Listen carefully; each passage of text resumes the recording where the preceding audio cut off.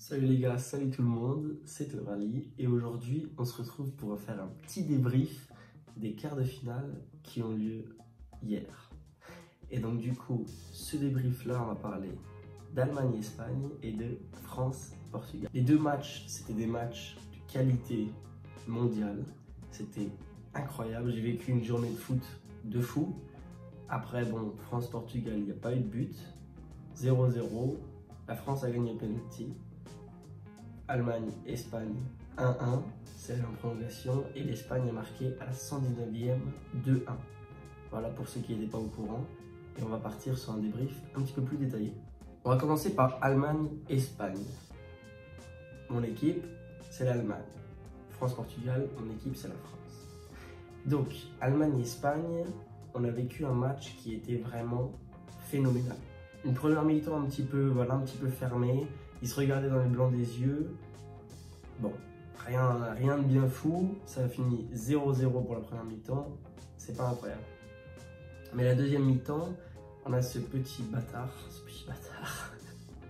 Cet excellent joueur, vu qu'il a marqué contre l'Allemagne, ce petit bâtard, Dani Olmo, qui en plus avait déjà mis un triplé contre le Bayern au début d'année. Il y en a marre de ce joueur, il est trop fort, il est partout. Très très bon joueur, Dani Olmo qui a sorti le match de sa vie, qui marque à la 51e minute d'un centre en retrait, tir magnifique, Manuel Neuer ne peut rien faire. C'est 1-0 pour l'Espagne. Et c'est à partir de là en fait que le match il devient vraiment croustillant, vraiment intéressant, parce que avant ils avaient peur, ils n'avaient pas envie d'avancer par peur de prendre un but derrière. Mais là, ils sont obligés d'avancer les Allemands, ils sont obligés d'essayer, ils sont obligés d'aller vers l'avant. Et l'Espagne, elle le sait très bien. Elle compte sur les individualités, Lamine Yamal, Nico Williams, pour aller punir. Heureusement pour l'Allemagne, dans les premières 90 minutes, ils n'ont pas réussi à punir une deuxième fois. Mais au bout du suspense, l'Allemagne, elle a pu revenir à la 89e grâce à un but de Florian Wirtz, un excellent joueur, je ne le voyais pas marquer honnêtement, qui marque sur un centre, Arakeme qui fait le geste qu'il faut, qui met la tête en retrait, et Wirtz qui la reprend, reprise de volée, poteau rentrant, à partout à la 90e minute. Je suis comme un fou évidemment avec ce but, il fait revivre le match, revivre le stade, et là on sent que le momentum est vraiment du côté allemand. Et donc, à la 94e minute, il y a un énorme arrêt.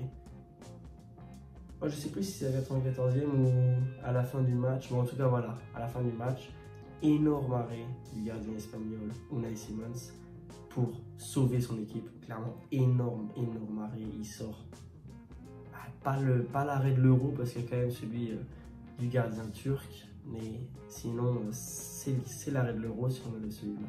Il est sublime et qu'est-ce qu'il est important pour l'Espagne. Il permet de leur laisser en vie. Là, si l'Allemagne marque, c'est fini pour l'Espagne. Je le dis direct, c'est fini. On aurait mis peut-être le troisième, j'en sais rien, mais en tout cas, c'était fini. Et voilà, en tout cas, énorme match, des occasions des deux côtés. C'est allé dans tous les sens. C'était magnifique, c'était un magnifique match de football. On a Musiala qui a, je trouve, un petit peu, peut-être pas sous-performé quand même, mais voilà, il n'était pas non plus brillant. Havertz, comme je l'avais dit, devant les cages, il ne marque pas. Ce mec, il ne s'est pas marqué, c'est incroyable. C'est un buteur, il ne marque jamais. C'est pas possible. Toni Kroos, pour son dernier match, très bon match, très séduisant. Mais bon, dernier match, malheureusement, il a annoncé sa retraite aujourd'hui. C'est dommage, mais bon, c'est comme ça.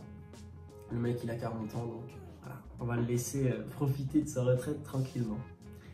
Après ça, on a du côté espagnol, du coup, Dani Olmo. Homme du match, d'ailleurs. J'ai rien à dire, le mec, il est monstrueux. Un but, une passe décisive.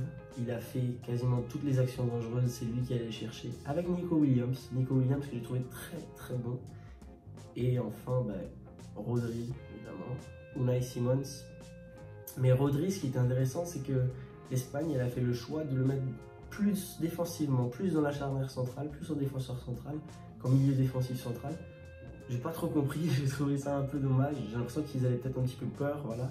Il veut jouer défensif, mais Rodri, tu peux pas le jouer en défenseur central quand il est aussi bon en milieu défensif central. C'est pas possible. Voilà pour ce match. Finale 2-1. On avait eu bon sur le pronostic, on avait eu bon, même le score, on avait eu bon, mais pas les buteurs quand même, faut pas déconner. On avait eu bon sur le score, 2-1 pour l'Espagne, nickel, très bon prono, ça fait plaisir. Et après donc, voilà, le but à la 119e, les gars, le mec il est en lévitation. Il est en lévitation pour mettre ce but à la dernière minute. Sinon, on serait allé au penalty. Peut-être que l'Allemagne aurait gagné, parce qu'avec un Manuel Neuer au cage, quand même, il y a un petit peu de pression. Mais bon, quand il y a un mec dans l'équipe espagnole qui lévite, tu peux rien faire. Et Rudiger qui se fait complètement prendre dans le dos, bon ben ça c'est comme ça, hein, ça arrive, il a sorti un match patron, vraiment excellent match de Rudiger. Mais bon, une erreur, ça arrive à tout le monde et celle-là lui coûte le but. Donc bon, c'est comme ça. Donc maintenant, France-Portugal, on avait pronostiqué 3-1, ça a fini 0-0. Voilà, pas du tout la même chose, mon prono du cul est la merde. Mais la France a quand même gagné, donc pronostic, le prono est passé. Pas le score exact, mais le prono est passé quand même. Ça va, ça va. Bref, en tout cas, match, voilà, match un petit peu chiant. On va pas se mentir, si j'étais pas français, je me serais fait chier, hein, franchement. Mais vu que j'étais français, j'ai vécu toutes les actions, enfin vu que je suis français, j'ai vécu toutes les actions à fond. Donc évidemment, tu peux pas te faire chier en fait quand tu as ton équipe qui joue, tu vis le match. Mais voilà, il manquait un truc. Et c'était clairement pas du même niveau que Allemagne-Espagne qui était la finale avant l'heure pour moi. Pour moi, l'Espagne maintenant va aller remporter cet euro parce qu'elle a plus aucun concurrent. Plus aucun concurrent au même niveau, c'est impressionnant la différence de niveau entre l'Espagne, enfin entre Allemagne et Espagne et entre France-Portugal. Impressionnant, c'est impressionnant. France-Portugal, un match vraiment fermé où il n'y a pas eu ce but voilà, qui vient débloquer le match, un petit peu comme la première mi-temps de Allemagne et Espagne, fermé, les deux équipes se regardent dans les yeux, il n'y a rien de très intéressant et voilà. Et après, ils ont peur d'avancer parce que sinon ils sont punis derrière et du coup ça finit 0-0 et ça va au penalty. Bon, mais au niveau des individualités, ce que j'ai trouvé super intéressant chez les Français, c'est Kolo Muani que j'ai trouvé pas mal du tout. Dembélé j'ai trouvé bon, mais comme d'habitude il marque jamais, donc bon. Il dribble tout le terrain et après il tire à côté, donc ça sert un peu à rien. Et après par contre en défense les gars, c'est super solide. Magic Mike, il nous a sorti un arrêt à la 120e minute, super important. Sans cet arrêt, ben, on perd, logique. La défense, Saliba, Upamecano, Koundé, Théo Hernandez, c'est super solide. C'est tellement solide que je commence même à y croire un petit peu pour l'Espagne. Pourquoi pas, j'ai envie de dire. Franchement, ça peut peut-être le faire. Mais bon, après, il faut de la chance. Toujours de la chance dans le foot, évidemment. Cette défense super forte, un Griezmann sous performant et un Mbappé blessé. Voilà, faut le dire.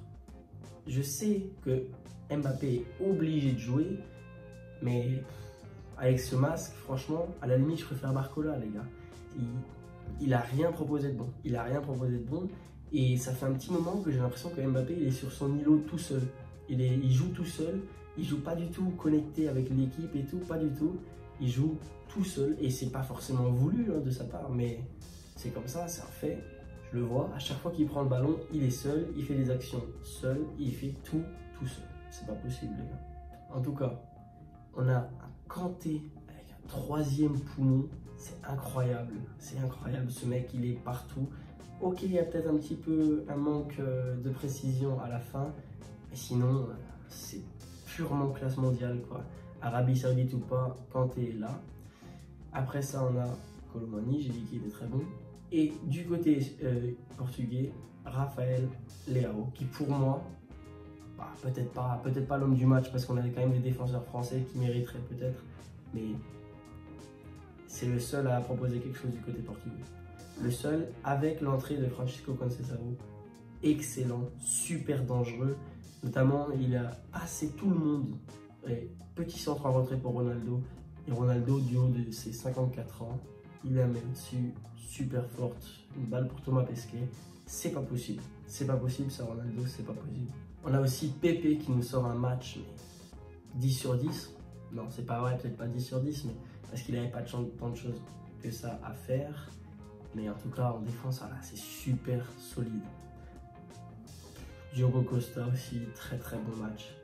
Bon bref, en tout cas, on a un match très bon des défenseurs et un peu moins bon des attaquants, des deux côtés. Et du coup, on en vient au penalty, au tir au but. Toutes les équipes marquent. Aucun gardien n'arrête, Jusqu'à ce tir-là de Joao Félix. McMaignan n'arrête toujours pas le penalty, mais il tire lui-même de son plein gré sur le poteau. Ça fait du bien à la France. Théo Hernandez qui vient terminer ça. La France est en demi-finale. Donc, ça fait plaisir, ça fait du bien. Et par contre, le problème, c'est qu'on va rencontrer l'Espagne en demi-finale. Voilà. France-Espagne, bon, pourquoi pas, mais j'y crois pas trop honnêtement. On fera une petite vidéo pronostic là-dessus aussi, le jour du match. Et ce qui est très intéressant, je trouve, c'est que on a France-Espagne, une équipe très défensive contre une équipe très offensive. Donc, je sais pas ce que ça va donner, j'en ai aucune idée. On verra bien, ça va être le feu, ça va être la folie. Ce qui est sûr, c'est qu'aujourd'hui, il y a encore 2 quarts de finale de cet Euro. Un Euro que j'adore personnellement, mais peut-être pas au niveau de la Coupe du Monde 2022. En tout cas, pour moi, mieux que l'Euro 2021. Je le trouve mieux, je le trouve plus intéressant. Et on a aujourd'hui Pays-Bas contre... C'est qui déjà? Turquie. Pays-Bas-Turquie. Et Angleterre-Suisse. Petit prono pour ces matchs. Angleterre-Suisse, je vais dire match nul. Voilà, match nul. Les deux équipes, elles ont un petit peu peur, elles se regardent dans les yeux. 0-0. Et après, dans les 30 minutes de prolongation, la Suisse qui vient arracher quelque chose de miraculeux. 1-0 pour les Suisses contre une Angleterre remplie d'individualité, mais qui n'est pas bien huilée du tout. Southgate, je sais pas ce que tu fais, mais c'est horrible. Je suis désolé, mais contre la Slovaquie, ils ont failli perdre. S'il n'y a pas un petit miracle de but à la 95e de Jude Bellingham, ils perdent le match. C'est fini. Donc c'est ça qui me fait pencher pour la Suisse, qui a un petit peu moins d'individualité, même beaucoup moins. L'Angleterre qui est l'équipe la plus valorisée sur Transfermarkt. La Suisse qui n'est pas du tout l'équipe la plus valorisée. Même si on a un Xhaka, un Manuel Akanji, un Sommer au cage, c'est quand même de très très bonnes individualités. Je dis pas, mais comparé à l'Angleterre, c'est incomparable. Tu peux pas comparer. Et pourtant, je vois la Suisse gagner. Je vois la Suisse gagner parce que ils jouent tellement bien ensemble, ces Suisses. On les a affrontés en tant qu'Allemands, on les a affrontés en poule. Je peux vous dire que c'est du très très haut niveau et mentalement, ils sont présents. Ils vont aller se battre pour chaque ballon. Donc voilà, je vois la Suisse passer. Petit risque là-dessus. Pays-Bas, Turquie, je prends pas de risque. Je dis les Pays-Bas. C'est le quart de finale le plus déséquilibré selon les sites de paris sportifs. Ne pariez jamais, ça pue la merde, je vous le rappelle. Mais juste, on regarde les cotes pour savoir les probabilités, les chances. Et donc c'est le quart le plus déséquilibré. Mais la Turquie, pour moi, elle a juste aucune chance. Elle est cotée à 6 sur les sites de paris sportifs. Les Pays-Bas à genre 1,6, quelque chose comme ça. Voilà. Je vois les Pays-Bas passer. Je vois pas autrement. Rakpo, il nous a sorti un 8e de finale mondial, magnifique. Et tout simplement, c'est pour moi peut-être la 3e meilleure équipe du tournoi après l'Espagne et l'Allemagne. Parce qu'ils ont les individualités et ils jouent bien ensemble. Voilà. Donc, pronostic, je vois l'Angleterre perdre, la Suisse gagner et les Pays-Bas gagner. L'Angleterre, elle va perdre 1-0 selon moi dans les prolongations. et Pays-Bas-Turquie. Je vois bien un but sur corner de la Turquie. Mais les Pays-Bas qui viennent mettre une petite raclée à la Turquie. Un petit 3-1. Un petit 3-1, peut-être en 90 minutes. Peut-être pas, peut-être 1-1 et après 3-1 dans les 30 minutes. J'aime bien les 3-1, j'aime bien les 3-1, même si pour l'instant ça paye pas. Parce que j'avais dit 3-1 aussi pour France-Portugal. Si vous voulez aller voir le petit prono, allez le voir, il est sur la chaîne.